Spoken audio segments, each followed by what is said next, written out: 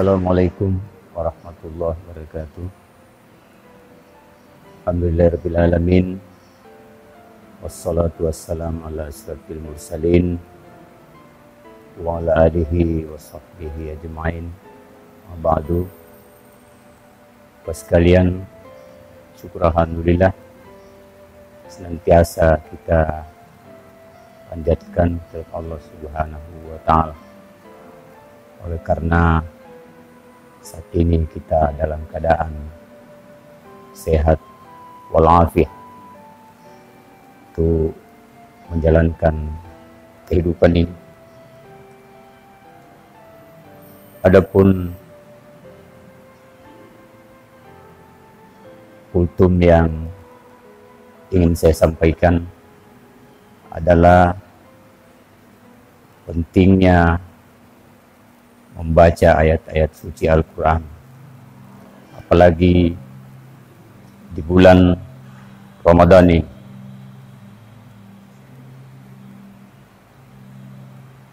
Ma huwa Al-Quran? Apa Al-Quran itu? Al-Quran adalah kalamullah, kalam Allah yang diturunkan kepada Rasulullah Muhammad sallallahu alaihi wasallam melalui malaikat Jibril, dan membacanya merupakan ibadah. Jadi beda dengan kitab-kitab lain, beda dengan Injil, beda dengan kitab Zabur, apalagi majalah.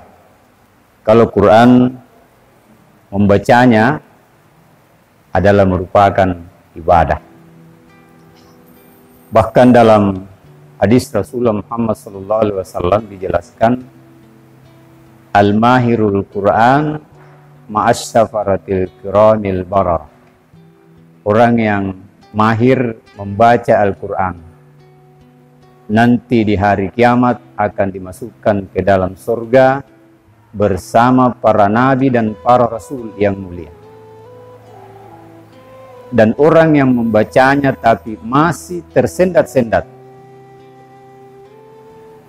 diberi juga nilai pahala oleh Allah Subhanahu wa taala 2. Buat orang yang mahir membaca Al-Quran, dimasukkan ke dalam surga bersama para nabi dan para rasul yang mulia. Artinya surga VIP. Orang yang membaca Al-Quran tapi masih tersendat-sendat diberi nilai pahala oleh Allah Subhanahu wa taala 2 pahala. Oleh karena itu Quran itu perlu dijaga. Quran perlu dijaga. Bagaimana cara menjaga Quran? Yang pertama adalah jadikan sebagai hobi. Jadikan sebagai hobi membaca ayat-ayat suci Al-Quran.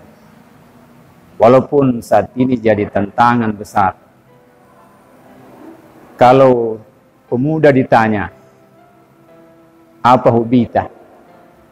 Tidak pernah kita dengar bahwa hobi mereka membaca ayat-ayat suci Al-Quran.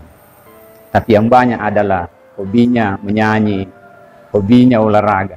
Padahal kalau Quran dibaca satu huruf diberi nilai pahala oleh Allah Subhanahu wa taala. Apalagi kalau di bulan Ramadan dibaca Quran itu, Allah berikan nilai pahala 1 sampai 10.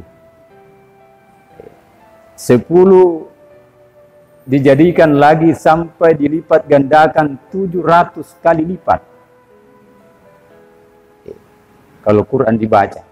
Padahal kalau generasi muda kita saat ini ditanya, tidak ada yang mengatakan hobi saya membaca ayat-ayat suci Al-Quran. Kemudian yang kedua, bagaimana cara menjaga Al-Quran? Adalah ajarkan kepada generasi anak-anak kita, generasi-generasi kita. Ajarkan kepada anak-anak kita. Bahkan dalam hadis Rasulullah Muhammad SAW bahwa barang siapa yang menyuruh anaknya belajar membaca ayat-ayat suci Al-Quran, lalu pintar di saat berumur 7 tahun, maka nilai pahalanya kembali kepada orang tuanya yang menyuruh. Begitu Al-Quran. Orang yang menyuruh, nilai pahalanya anaknya itu sampai balik, kembali kepada orang tuanya yang menyuruh. Jadi, menjaga Al-Quran, ajarkan kepada anak-anak kita, generasi-generasi kita, sehingga mampu membaca ayat-ayat suci Al-Quran. Kemudian yang ketiga, bagaimana cara menjaga Al-Quran? Amalkan isi kandungan Al-Quran. Jadi dibaca, apalagi kalau dihafalkan Al-Quran, mengamalkan isi kandungan Al-Quran. Di dalam Al-Quran dijelaskan, wa man a'rada an dzikri fa inna lahu ma'isatan danka.